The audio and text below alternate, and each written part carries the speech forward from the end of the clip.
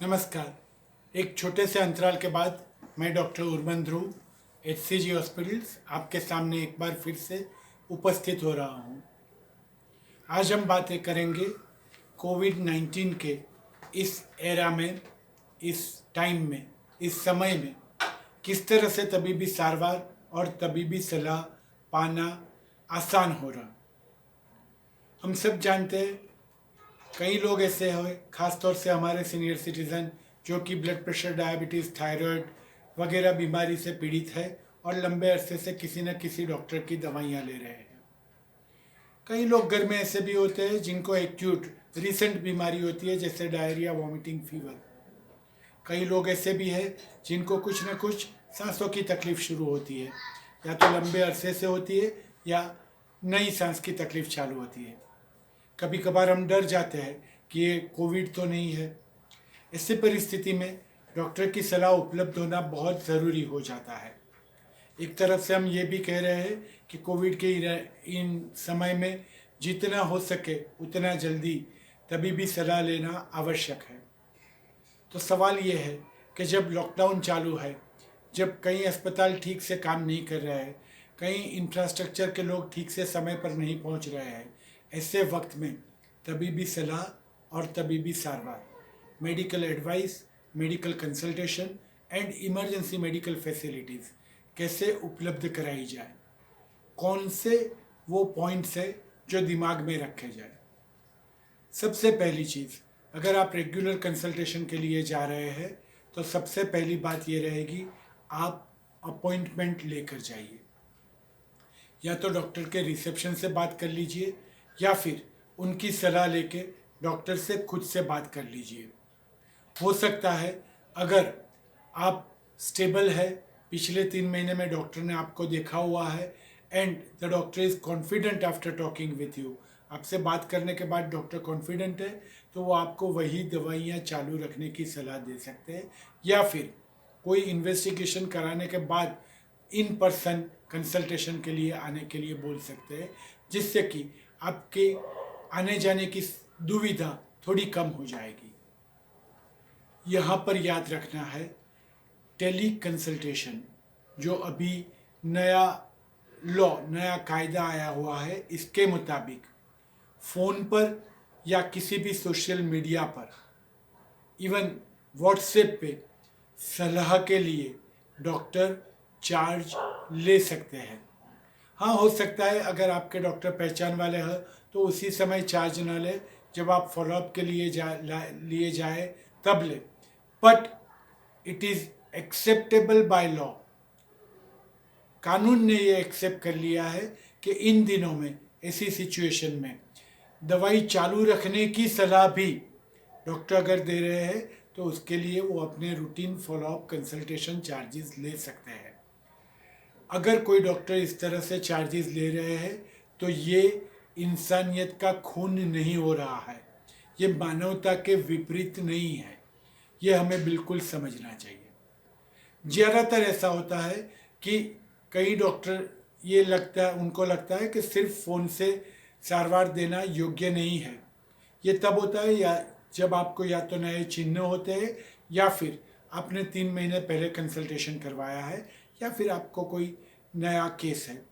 इन संजोगों में डॉक्टर आपको सलाह देंगे कि आप खुद चल के कंसल्टिंग रूम में पहुँचें। अगर जिस डॉक्टर की आप सारवार ले रहे हैं वो आपके सिटी में नहीं है, तो बेहतर यही होगा कि आप आपके नज़दीक में जो भी डॉक्टर अवेलेबल है उनको दिखाएं। हो सके तो दोनों डॉक्टर को आसपास में बातें करवा लीजिए, और इस तरह से you can stay in contact with the doctor who is treating you.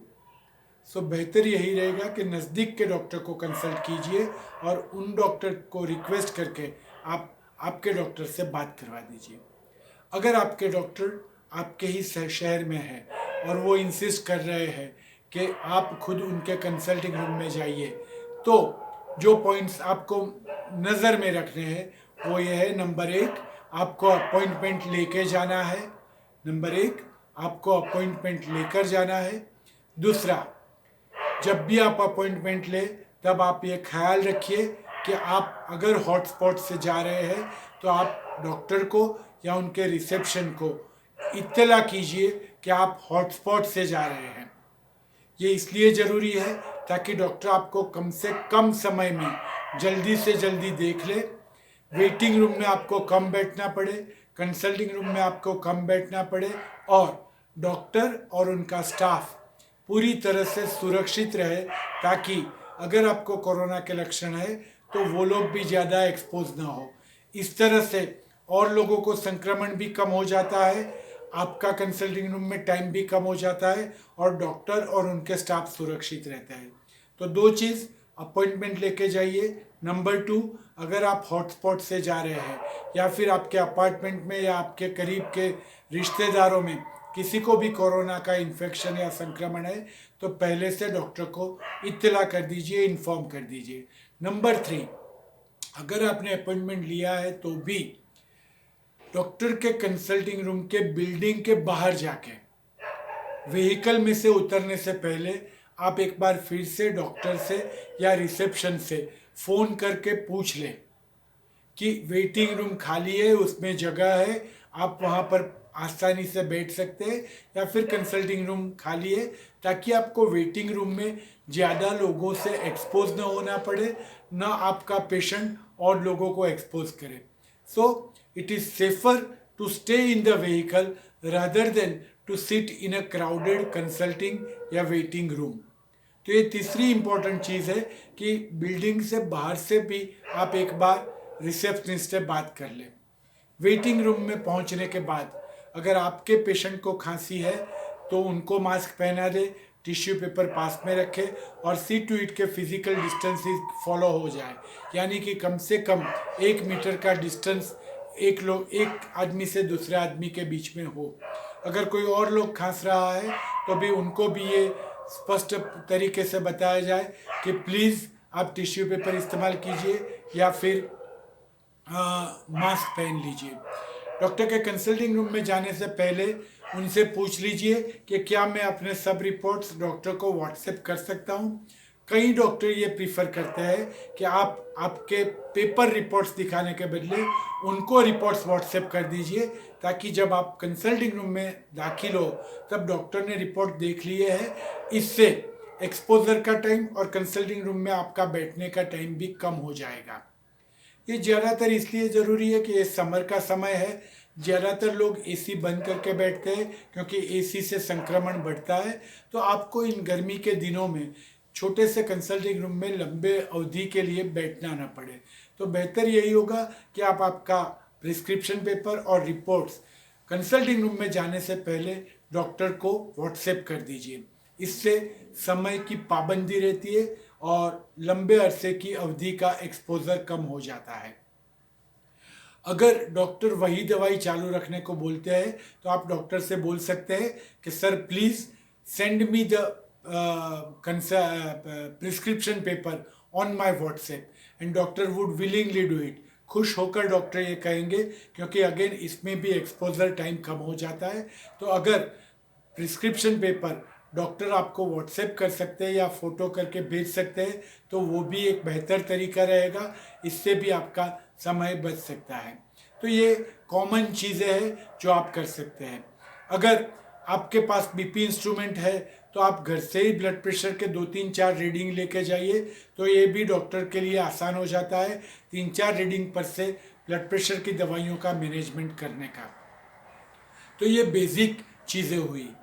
Appointment लेने से पहले डॉक्टर को या रिसेप्शनिस्ट को ये भी इत्तला कर दीजिए कि आपके जो भी सिम्टम्स है वो इमरजेंसी के है या नहीं है। जैसे कि चेस्ट पेन हो रहा है, रेडिएशन हो रहा है, लेफ्ट हाथ में पेन जा रहा है, या फिर थोड़ी सी लकवे की असर दिखाई दे रही है, these are all symptoms of emergency. अगर ये आपने डॉक्टर को पहले से बताया है तो या तो डॉक्टर आपके लिए अलग से टाइम स्लॉट अलॉट करेगा ताकि आपको जल्दी से कंसल्टिंग रूम में पहुंच सके, या फिर डॉक्टर आपको जिस अस्पताल में वो पहुंचते हैं वहाँ जाने का, इमरजेंसी रूम में जाने का सजेस्ट करेंगे, ताकि ऑल द फैसिलिटीज़ एक साथ एक रूफ में आपको मिल सके। तो these are the things that you require to do very frequently. Do not insist on home visit by doctor. इन दिनों में कई लोग ऐसा सोचते हैं कि हम डॉक्टर को घर पे बुला लें।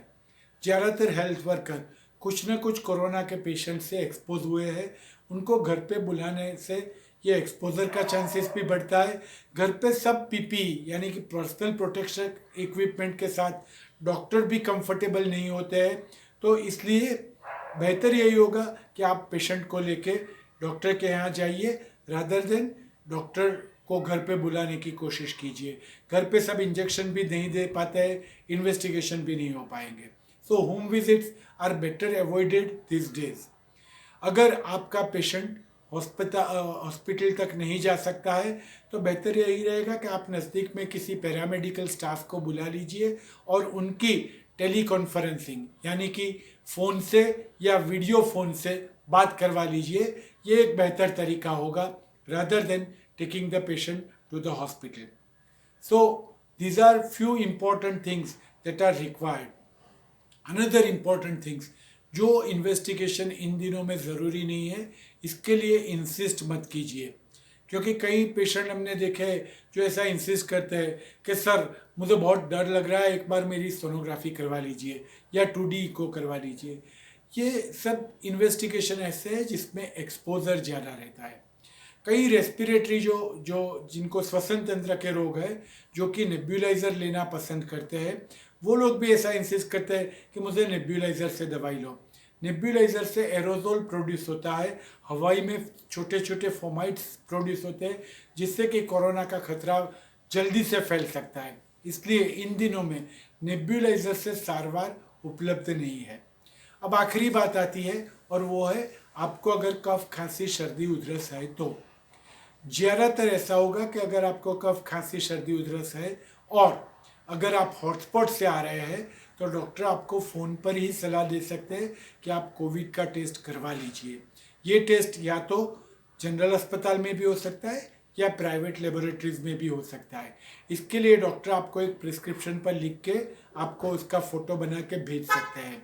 Rather than going to the hospital और going to a doctor, it is safer to go to a laboratory or a general hospital which carries this test.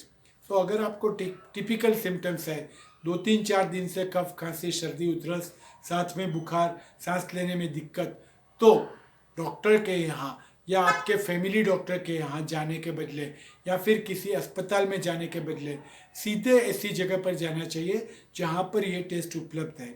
ये टेस्ट 2 या 3 प्राइवेट लैब्स में भी उपलब्ध हो सकते हैं या फिर जो कोविड डेजिग्नेटेड अस्पताल है वहाँ पर उपलब्ध हो सकते हैं। But the safer thing would be to call 104 पर फ़ोन कीजिए। तो ज़्यादातर गवर्नमेंट की जो एजेंसीज़ है वो आपको गाइड करेगी। ज़रूरत पड़ने पर एक डेजिग्नेटेड 108 की गाड़ी आती है जो कि ख़ास तौर से सस्पेक्टेड कोरोना पेशेंट के लिए है, वही आके आपको डेजिग्नेटेड अस्पताल तक ले जाएगी। सो अगर आपको कफ खांसी सर्दी उधरस साथ में बुखार जो कि कोविड के सिम्टम्स है ये रिसेंटली चालू हुए हैं या फिर आप किसी कोविड पेशेंट की सारवार कर रहे हैं या फिर आपके घर में कोविड का कोई पेशेंट है और आपके ये सिम्टम्स हो रहे हैं, then it is safer to call 104 और 108 rather than going to a doctor, क्योंकि डॉक्टर आपको कोई ज़्यादा मदद उस वक्त नहीं कर पाएंगे। एक बार आपके पास रिपोर्ट आ गया है तो आपको डॉक्टर मदद कर पाएंगे। इसका मतलब ऐसा कतई नहीं है कि आपको अगर कफ खांसी सर्दी उधरस है तो डॉक्टर आपकी जांच नहीं करेंगे। डॉक्टर डेफिनेटली आपकी जांच करेंगे, पर अगर ये लक्षण कोरोना के हैं तो फिर आपको कोरोना का टेस्ट करवाने के लिए दूसरी जगह पे जाना पड़ेगा। इसलिए बेहतर यही होगा कि इस सिम्टम्स के साथ गो टू ए हॉस्पिटल और ए प्लेस जहाँ पर ये टेस्ट उपलब्ध है। कई लोग ऐसा कहते हैं कि हमें एक्सरे करवाना है। X-ray is required only once you are examined by doctor. सीधा एक्सरे के लिए जाना सलाहकारक नहीं है। तो ये छोटी छोटी बातें हुई कि इन दिनों में डॉक्टर का कांटेक्ट कैसे किया जाए। अकॉर्डिंग टू मी, अगर आपके घर में सीनियर सिटीजन्स है तो सबसे बेहतर बात यही रहेगी कि आप आपके जो भी ट्रीटिंग डॉक्टर है उनके कांटेक्ट में रेगुलरली रहे, ताकि कोई भी इमरजेंसी खड़ी होती है तो वो डॉक्टर अवेलेबल रहे। आप किसी सोशल मीडिया से या फ़ोन से उनके कांटेक्ट में रह सकते हैं। Another important thing is keep the extra अगर आपको महीने भर की दवाई लिख के दी है तो 15 दिन और की दवाई का कोटा आपके पास रखिए। ये बहुत फ़ायदेमंद रहेगा, ताकि अगर आप अगले 15 दिन में भी नहीं जा पाते हैं तो टेलीफोनिक सलाह लेके आप दवाई चालू रख सकते हैं। एक चीज़ और यहाँ पर मैं कहना चाहूँगा, कई पेशेंट एक्स्ट्रा इंसिस्ट करते हैं कि सर ये दवाई अवेलेबल नहीं है तो आप मुझे कोई और दवाई लिख के दें। Now this is not practicable for doctor. Doctor आपको कोई और दवाई लिख के देंगे, वो भी अगर अवेलेबल नहीं होगी तो प्रॉब्लम होगा। आप केमिस्ट के यहाँ से डॉक्टर को फ़ोन करते हैं, कई बार doctor is held up with some other emergency, he may not be able to answer you. So ऐसे संजोगों में, ऐसे सर्कमस्टेंसेस में क्या करना चाहिए? ऐसे सर्कमस्टेंसेस में दो चीज़ आप कर सकते हैं। एक, आपका जो प्रिस्क्रिप्शन है वो लेके आप केमिस्ट के पास जाइए और उसको बोलिए कि वो उसकी रिस्पॉन्सिबिलिटी पर उसकी पैरेलल दवाइयाँ दे। यहाँ पर केमिस्ट क्वालिफाइड होना बहुत ज़रूरी है। बीफार्म केमिस्ट है तो ही वो एग्जैक्ट कॉम्बिनेशन वाली दवाई दे सकता है। दूसरा ऑप्शन ये है कि आपके एरिया में जो भी फैमिली फिजिशियन है, आप उनको फ़ोन करके उनके यहाँ जाके उनका चार्ज भर के उनके पास वो पैरेलल दवाइयाँ लिखवा दीजिए, या फिर उस डॉक्टर से आपके डॉक्टर के साथ बात करवा दीजिए। So this is something very important. कई बार पेशेंट ऐसा बोलते हैं कि सर मुझे ये दवाई अवेलेबल नहीं है और आप क्यों दूसरी दवाई नहीं लिख के देते हैं। अब ये पॉसिबल नहीं है कि डॉक्टर और सभी दवाइयाँ लिख के दे। कई तरह की कंपनियाँ होती है और कई बार पोटेशियम सोडियम सॉल्ट का भी प्रॉब्लम होता है। तो ये दो तरीके आप इस्तेमाल कर सकते हैं, या तो you rely upon a qualified chemist और you go to your family physician, pay the some charges for the same and get the medicines replaced or renamed by him. So these are few precautions you should take while taking medical advice or medical consultation these days. आज हम यहाँ पर ही रुकेंगे, कल बातें करेंगे ये super spreader क्या है उनकी, और साथ में बात करेंगे how to behave in the post lockdown life. एक बार फिर से धन्यवाद।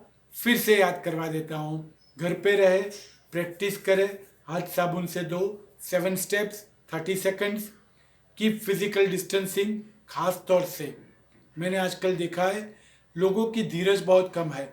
खासतौर से मोबाइल पर बात करते करते आप कहीं शॉप पे खड़े हैं तो आपको पता नहीं चलता है, आप इधर उधर चलते रहते हैं। पता नहीं मोबाइल पर लोगों को चलने की क्यों आदत है। चलते चलते मोबाइल पर बात ना कीजिए, थोड़े स्टेप्स इधर चले, थोड़े स्टेप्स उधर चले, आपको पता नहीं चलता है कि आप किस आदमी के बहुत करीब पहुंच जाते हैं, आप उसको भी नुकसान कर सकते हैं। तो जब भी कहीं शॉप पे या कहीं पर भी मोबाइल पर बात करें, स्टेडी रह के बात करें, ताकि आपके आजू बाजू खड़े लोगों को भी पता चले कि कितना डिस्टेंस रखना। और काउंटर पर जाके खड़े मत हो जाइए, जो भी आदमी काउंटर पर बात कर रहा है उसे निकल जाने दीजिए। Physical distancing, hand washing, coughing etiquette, don't forget it. Hand washing is very important, and wear the mask. Stay at home, stay safe. धन्यवाद।